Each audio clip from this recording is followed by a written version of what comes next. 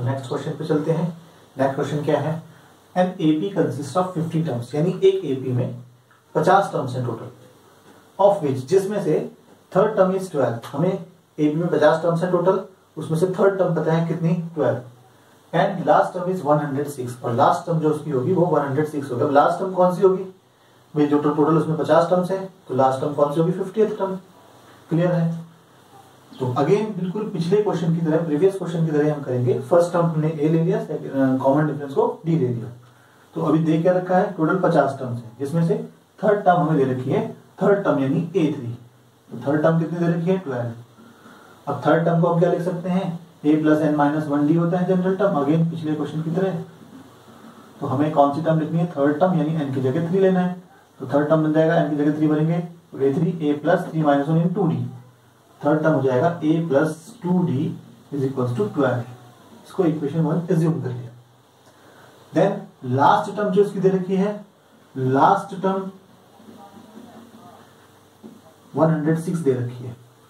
अब last term 106 का मतलब लास्ट टर्म अगर नहीं पता होती कि कौन सी है तो हम उसको an ले लेते हैं, लेकिन यहाँ पर हमें पता है कि टोटल इसमें 50 टर्म्स हैं। तो लास्ट टर्म कौन सी होगी, 50वें नंबर की, यानी 50th टर्म, यानी लास्ट टर्म को आप यहाँ पर लिख सकते हैं A50 106।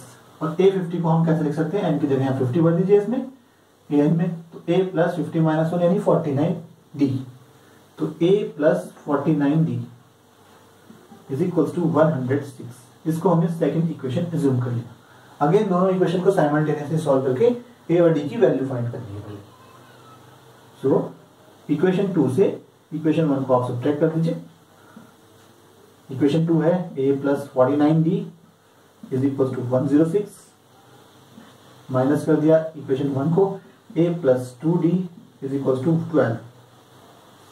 दोनों को सब्ट्रैक्ट कर दिया, लेफ्ट साइड में साइन चेंज, राइट में भी साइन चेंज, तो a तो कैंसिल हो गया। 49d माइनस 2d होता है 47d। 106 माइनस 12 94। तो d यहां से हमने फाइंड कर लिया 94/2, यानी कि 94/47 यानी कि 2। तो d तो हमारा यानी कॉमन डिफरेंस निकल गया 2। अभी d की वैल्यू आप किसी भी इक्वेशन 1 और 2 में सब्स्टिट्यूट करके a फाइंड कर दीजिए। फ्रॉम इक्वेशन 1, इक्वेशन 1 में भर लेते हैं। तो a plus 2d is equal to कितना है, 12 है। d की वैल्यू 2 आ गई, तो a प्लस 2 इंटू डी की जगह 2 भर दिया इज इक्वल टू 12। तो ये बन गया a plus 4 is equal to 12। a यहां से फाइंड कर लिया, तो a आ गया 12 माइनस 4 यानी 8। सो a यानी फर्स्ट टर्म भी निकल गया हमारा, यानी a b की फर्स्ट टर्म आ गई 8, कॉमन डिफरेंस आ गया d। अब हमें यहाँ पे फाइंड क्या करना है, फाइंड द 29th टर्म, इसकी 29th टर्म फाइंड करना है। तो 29th टर्म को हम लिखते हैं a29।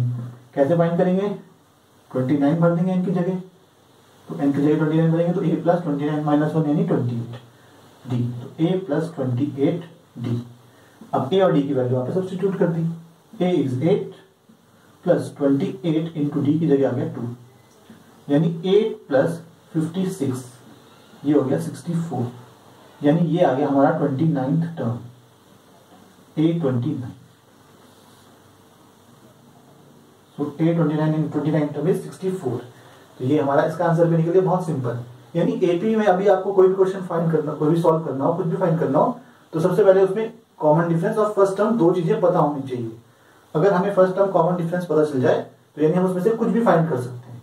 अब इसी क्वेश्चन में अगर वो बोलता है ए बी फाइंड करो, तो ए और डी अगर हमने निकाल दिया, जैसे ए निकल गया डी निकल गया, तो ए बी कैसे फाइंड करते हैं, ये भी हमने एक क्वेश्चन फाइंड किया था। ए बी होती है A, then A plus D, then A plus 2d dot dot dot dot. पहली टर्म भरते, पहली टर्म क्या है 8, दूसरी टर्म a प्लस डी हो जाता, a में d ऐड कर देते, a है 8, d है 2, तो 8 प्लस 2 जाएगा 10। अब दो का इसका मतलब ऐड होता जाएगा, अब इसमें आप 2 ऐड करेंगे 12 बन जाएगा, 12 में 2 ऐड करेंगे 14। इस तरीके से ये एपी भी बन जाते हैं। कुछ भी फाइंड करना हो फिर आप फाइंड कर सकते हैं एपी में, अगर आपको फर्स्ट टर्म और कॉमन डिफरेंस पता चल जाए। तो ये हमें यहाँ पे फाइंड नहीं करना है, हमें इस क्वेश्चन में सिर्फ इतना ही फाइंड करना है। तो आप कुछ भी ऐसे फाइंड कर सकते हैं, ए और डी पता होना चाहिए एपी के लिए।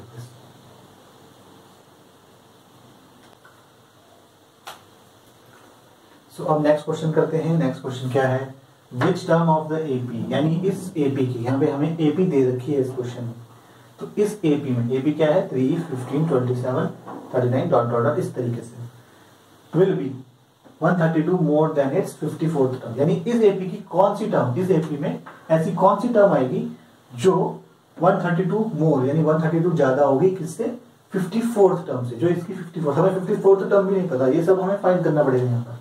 तो क्योंकि यहाँ पर हमारे पास क्या है, एपी दे रखी है, तो एपी जब दे रखी है तो यहाँ से हम ए और डी फाइंड कर लेंगे।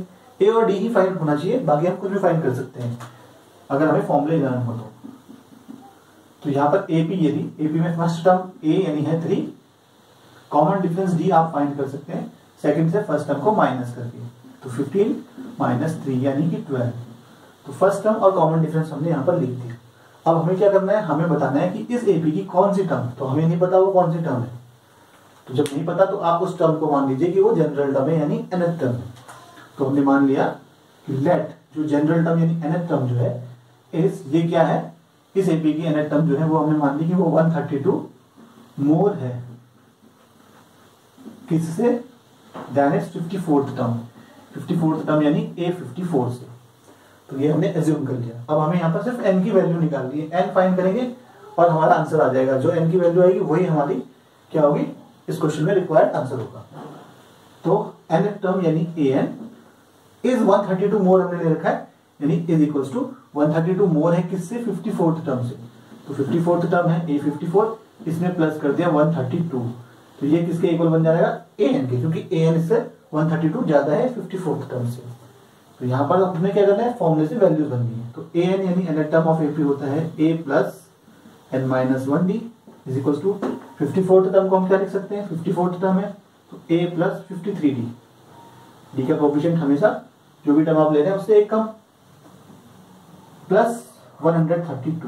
अब a और d वैल्यू भरनी है और आंसर निकालना है। तो देखो a यहाँ पर भी है, यहाँ पर भी है, a लेफ्ट साइड में जाएगा तो कैंसिल हो जाएगा, तो हमने दोनों को कैंसिल पहले कर दिया बिना a की वैल्यू भरी। तो n माइनस 1 d की वैल्यू हमें पता है, d अभी हमने फाइंड करा था 12 इज इक्वल्स टू 53, d की जगह भर दिया इंटू 12 प्लस में 132। बस ये कैलकुलेशन करके यहाँ से हमें n फाइंड करना है। तो n minus 1 into 12 is equals to 53 into 12, 53 into 12 कितना होता है, 53 इंटू 12 530 प्लस 106 यानी कि 636, 636 प्लस में है 132। तो अब हम इन दोनों को प्लस कर देते हैं, यहां से आ गए 768। सो n माइनस 1 इंटू 12 ये आ गया आपका 768। तो यहां से आप n फाइंड करना है, तो n minus 1 as it is रखा, 12 को आप डिवाइड ले गए, तो 768 अपॉन 12, 12 से डिवाइड कर देंगे। तो 12 से डिवाइड करेंगे तो क्या होगा, n minus 1 is equal to 7 से डिवाइड, 12 से डिवाइड कर दिया इसको, तो ये आ गया कितना, 12 इंटू 6 64। ये n माइनस 1 आया, तो n निकालना है तो माइनस 1 राइट साइड में जाएगा, प्लस हो जाएगा 64 प्लस 1 यानी 65।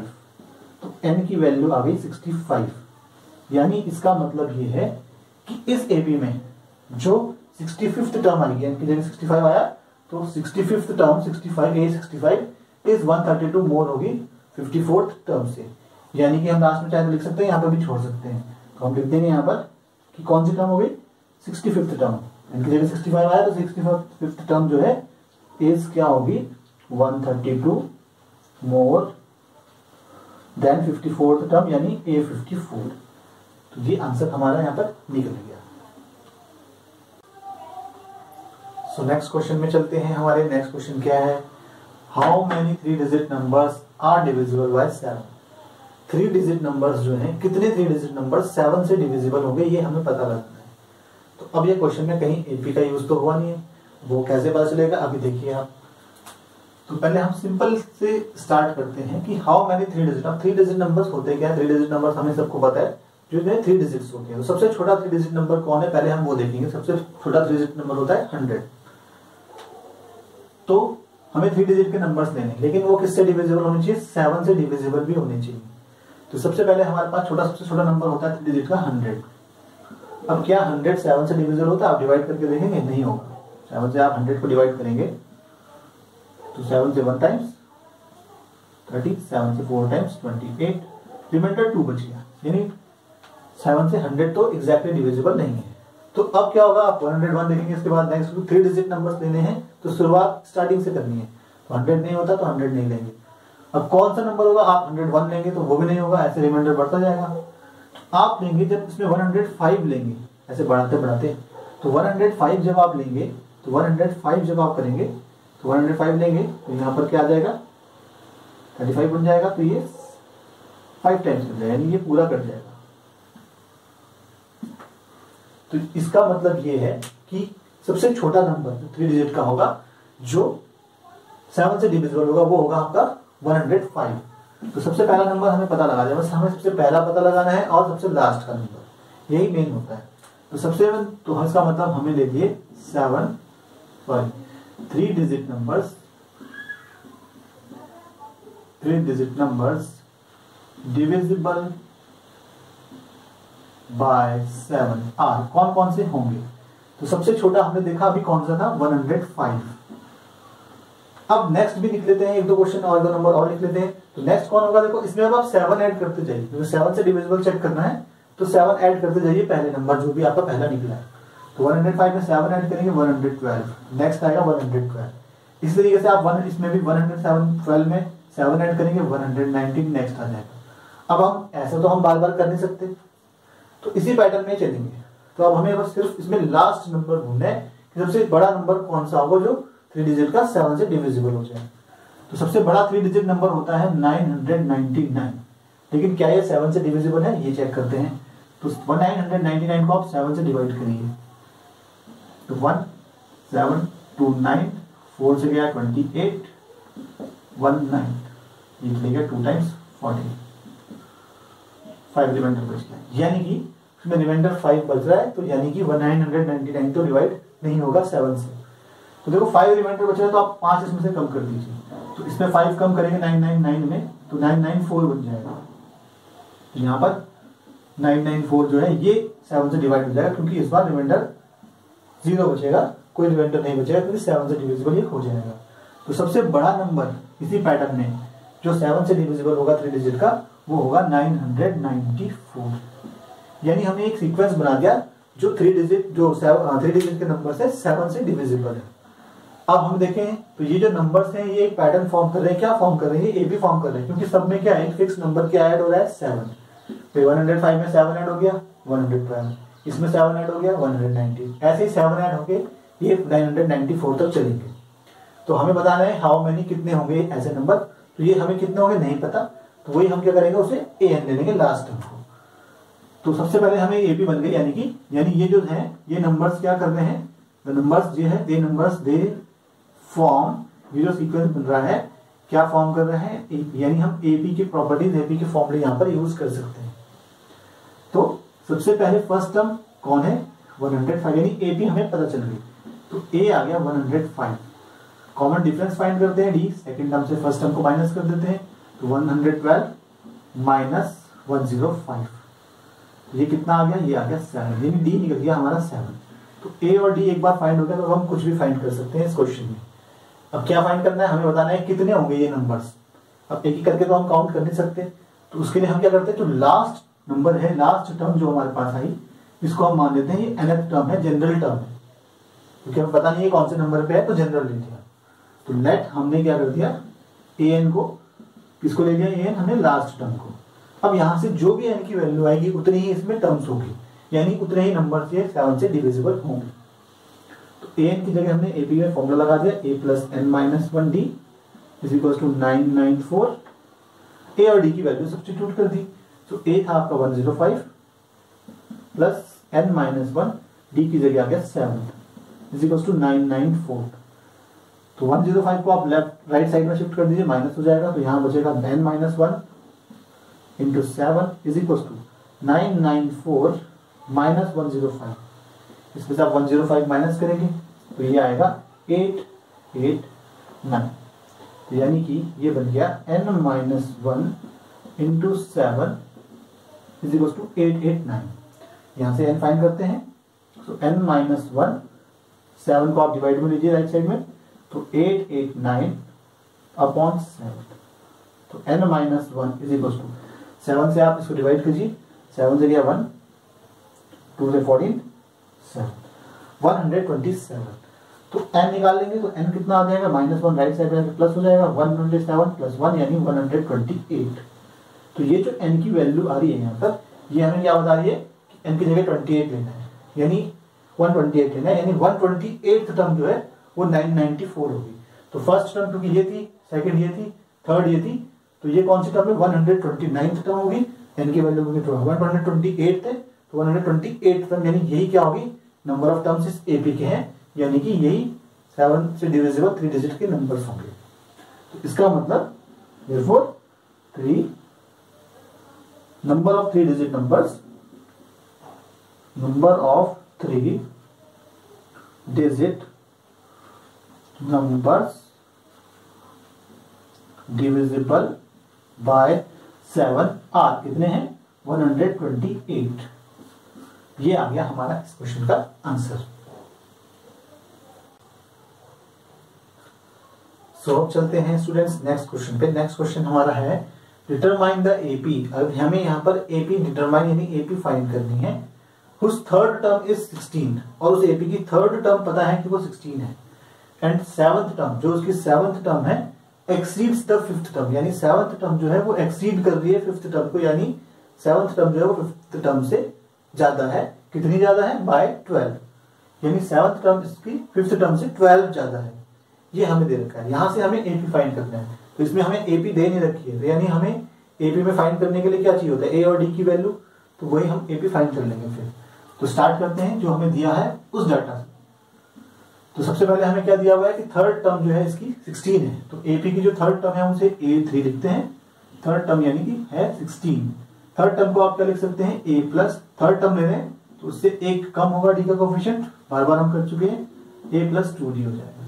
ये हमने फर्स्ट इक्वेशन यहां से लिख लिया। अब अभी हमें ए और डी नहीं पता, यानी फर्स्ट टर्म और कॉमन डिफरेंस एपी का नहीं पता। अब हमें नेक्स्ट डाटा क्या दिया हुआ है, एंड सेवंथ टर्म, जो इस एपी की सेवंथ टर्म होगी। सेवंथ टर्म मतलब ऑल्सो सेवंथ टर्म यानी A7 exceeds the fifth term, यानी सेवंथ टर्म जो है वो एक्सीड कर रही है, यानी बड़ी है किससे, फिफ्थ टर्म से। तो सेवंथ टर्म बड़ी है तो सेवंथ टर्म लिख दिया, ये बड़ी है इसको लेफ्ट साइड में लिख दिया, इज इक्वल टू किसको एक्सीड कर रही है, फिफ्थ टर्म को। फिफ्थ टर्म यानी कि A5 को कितना एक्सीड कर रही है, 12, यानी सेवंथ टर्म जो है फिफ्थ टर्म से 12 ज्यादा है। तो फिफ्थ टर्म छोटा है, उसमें आप 12 ऐड करेंगे तो सेवंथ टर्म के इक्वल आ जाएगा, इसका ये मतलब हो। यहां से हमें क्या करना है, देखते हैं क्या होता है। A7 क्या होता है, सेवंथ टर्म है तो A प्लस 6d लिख सकते हैं इसको, फिफ्थ टर्म है तो A प्लस 4d। फिर d का कोएफिशिएंट क्या होगा, जो टर्म आप ले रहे हैं उससे एक कम, प्लस 12। अब देखें यहां से क्या हो रहा है, यहां से देखो A लेफ्ट साइड में जाएगा, माइनस हो जाएगा, कैंसिल हो जाएगा, A से A कैंसिल हो जाएगा। 4d को आप लेफ्ट में शिफ्ट कर दीजिए तो बन जाएगा 6d minus 4d is equal to 12। ये बन गया 2d इज इक्वल टू 12। तो यहां से d निकाल दिया तो 12/2 यानी कि 6। ये हमारे पास d की वैल्यू यहां से निकल गई, यानी यहां पर हमें सीधा कॉमन डिफरेंस पता चल गया यहां से। अब जो d की वैल्यू निकल गई, आप इसे अगर फर्स्ट इक्वेशन में भर दें तो a भी पता चल जाएगा, यानी फर्स्ट टर्म भी पता चल जाएगा, वो निकाल लेते हैं। तो फ्रॉम इक्वेशन 1 में भरते हैं तो a plus 2d is equal to है 16, तो d की जगह भरते हैं 6, तो a plus 2 into 6 is equal to 16 है। तो a plus 12 is equal to 16, तो a यहां से निकालेंगे 12 माइनस 16 माइनस 12 इज 4, तो a यानी फर्स्ट टर्म है। तो a b की हमें फर्स्ट टर्म पता चल गई, कॉमन डिफरेंस पता चल गया। अब हम कुछ भी फाइंड कर सकते हैं। क्या फाइंड करना है हमें फाइंड करना है एपी, डिटरमाइन द एपी। तो एपी इज कैसे निकलता है, AP a comma a plus D comma फिर d ऐड होता जाएगा तो a plus 2d comma dot dot dot, इस तरीके से छोड़ देंगे। तो बस आपको a और d की वैल्यू भर के डायरेक्ट लिख सकते हैं, डायरेक्ट भी कर सकते हैं। तो a कितना है हमारा 4, तो फर्स्ट टर्म है 4, फिर है a प्लस डी, तो a प्लस डी, a है आपका 4, उसमें d ऐड करेंगे यानी 6 ऐड होता जाएगा सब में, तो 4 में 6 ऐड हो जाएगा 10। अब 6 ही ऐड करते हैं क्योंकि AP है तो डिफरेंस सेम होगा, तो 6 ऐड करेंगे 16, फिर ऐड करेंगे 22 डॉट डॉट डॉट, इस तरीके से आप शुरू की 3-4 टर्म निकाल के ऐसे सीक्वेंस में चला दे तो वो क्या बन गया आपका एपी बन गया। तो यानी ये हमारा इस क्वेश्चन में आंसर भी निकल गया। तो इन शॉर्ट बात ये हुई कि हमें हर एपी में ए और डी अगर पता चल जाए तो हम क्वेश्चन में कुछ भी चीज फाइंड करनी हो वो फाइंड कर सकते हैं। सो चलते हैं स्टूडेंट्स नेक्स्ट क्वेश्चन पे। नेक्स्ट क्वेश्चन हमारा है डिटरमाइन द एपी। अब हमें यहाँ पर एपी डिटरमाइन यानी एपी फाइंड करनी है whose third term is 16 और उस एपी की थर्ड टर्म पता है कि वो 16 है एंड सेवंथ टर्म जो उसकी सेवंथ टर्म है एक्सीड्स द फिफ्थ टर्म, यानी सेवंथ टर्म जो है वो एक्सीड कर रही है फिफ्थ टर्म को, यानी सेवंथ टर्म जो है वो फिफ्थ टर्म से ज्यादा है। कितनी ज्यादा है? बाय 12, यानी सेवंथ टर्म इसकी फिफ्थ टर्म से 12 ज्यादा है। ये हमें दे रखा है। यहां से हमें एपी फाइंड करना है, तो इसमें हमें एपी दे नहीं रखी है, तो यानी हमें एपी में फाइंड करने के लिए क्या चाहिए होता है? ए और डी की वैल्यू, तो वही हम एपी फाइंड कर लेंगे। फिर तो स्टार्ट करते हैं जो हमें दिया है उस डाटा से। तो सबसे पहले हमें क्या दिया हुआ है कि थर्ड टर्म जो है इसकी 16 है, तो एपी की जो थर्ड टर्म है उसे A3 लिखते हैं। थर्ड टर्म यानी कि है 16। थर्ड टर्म को आप क्या लिख सकते हैं? A प्लस थर्ड टर्म ले रहे हैं तो उससे एक कम होगा डी का कोफिशिएंट, बार बार हम कर चुके हैं, A प्लस 2D हो जाएगा। ये हमने फर्स्ट इक्वेशन यहां से लिख लिया। अब अभी हमें ए और डी नहीं पता, यानी फर्स्ट टर्म और कॉमन डिफरेंस एपी का नहीं पता। अब हमें नेक्स्ट डाटा क्या दिया हुआ है? एंड सेवंथ टर्म, जो इस एपी की सेवंथ टर्म होगी। सेवंथ टर्म मतलब ऑल्सो सेवंथ टर्म यानी A7 exceeds the fifth term, यानी सेवंथ टर्म जो है वो एक्सीड कर रही है, यानी बड़ी है किससे? फिफ्थ टर्म से। तो सेवंथ टर्म बड़ी है तो सेवंथ टर्म लिख दिया, ये बड़ी है इसको लेफ्ट साइड में लिख दिया, इज इक्वल टू किसको एक्सीड कर रही है? फिफ्थ टर्म को। फिफ्थ टर्म यानी कि A5 को। कितना एक्सीड कर रही है? 12, यानी सेवंथ टर्म जो है फिफ्थ टर्म से 12 ज्यादा है। तो फिफ्थ टर्म छोटा है, उसमें आप 12 ऐड करेंगे तो सेवंथ टर्म के इक्वल आ जाएगा, इसका ये मतलब हो। यहां से हमें क्या करना है, देखते हैं क्या होता है। A7 क्या होता है? सेवंथ टर्म है तो A प्लस 6D लिख सकते हैं इसको। फिफ्थ टर्म है तो A प्लस 4D। फिर D का कोफिशिएंट क्या होगा? जो टर्म आप ले रहे हैं उससे एक कम, प्लस 12। अब देखें यहां से क्या हो रहा है, यहां से देखो A लेफ्ट साइड में जाएगा, माइनस हो जाएगा, कैंसिल हो जाएगा, A से A कैंसिल हो जाएगा। 4D को आप लेफ्ट में शिफ्ट कर दीजिए तो बन जाएगा 6D minus 4D is equal to 12। ये बन गया 2D इज इक्वल टू 12। तो यहां से D निकाल दिया तो 12/2 यानी कि 6। ये हमारे पास D की वैल्यू यहां से निकल गई, यानी यहां पर हमें सीधा कॉमन डिफरेंस पता चल गया यहां से। अब जो D की वैल्यू निकल गई, आप इसे अगर फर्स्ट इक्वेशन में भर दें तो A भी पता चल जाएगा, यानी फर्स्ट टर्म भी पता चल जाएगा, वो निकाल लेते हैं। तो फ्रॉम इक्वेशन 1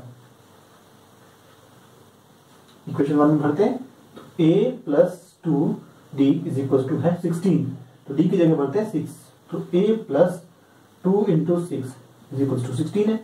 तो A plus 12 is equal to 16, तो A यहां से निकालेंगे 12 माइनस 16 माइनस 12 इज 4, तो A यानी फर्स्ट टर्म है।